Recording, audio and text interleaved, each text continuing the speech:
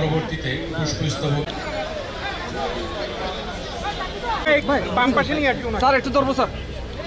সংসদ সদস্য জনাব মোহাম্মদ আবু সুফিয়ান এমপি মহোদয়, চট্টগ্রাম ৯ আসনের মাননীয় জাতীয় সংসদ সদস্য জনাব মোহাম্মদ আবু সুফিয়ান এমপি মহোদয় পুষ্পস্তবক অর্পণ করছেন।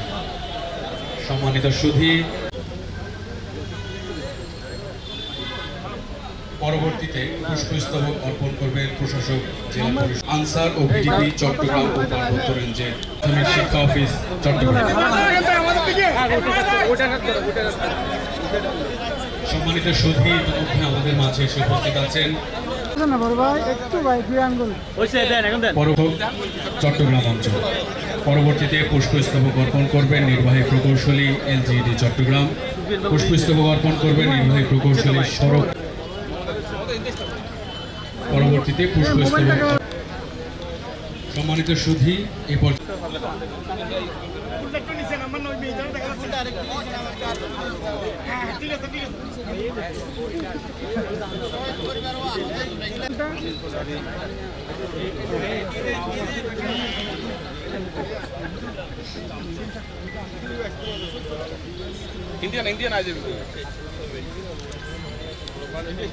স্যার আঞ্চলিক তথ্য অফিস চট্টগ্রাম পিআইডি, ব্যবস্থাপক চট্টগ্রাম রেলওয়ে।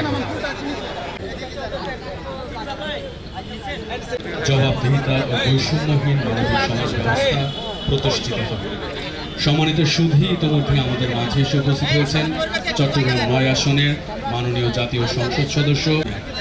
আমাদের মাঝে আজকে পুষ্পস্তবক অর্পণ করেছেন ভূমি মন্ত্রণালয়। গণতান্ত্রিক বাংলাদেশ গঠনের পথ পুনরুজ্জীবিত হয়েছে। আমরা গভীর শ্রদ্ধার সঙ্গে স্মরণ করছি জুলাই চট্টগ্রাম উপপরিচালক মহিলা বিষয়ক স্মৃতিস্তম্ভে কিছুক্ষণের মধ্যে পুষ্পস্তবক armed police ৯ armed police battalion Chittagong অতিরিক্ত ডিআইজি জনাব মোহাম্মদ শামসুল ইসলাম আকন্দ। আজকের পুষ্পস্তবক অর্পণ অনুষ্ঠানে বিভিন্ন তাদের সবাইকে জানাচ্ছি স্বাগত। কিছুক্ষণের মধ্যেই ঠিক বেলা 10টার সময় আমাদের পুষ্পস্তবক অর্পণ কার্যক্রম শুরু হবে।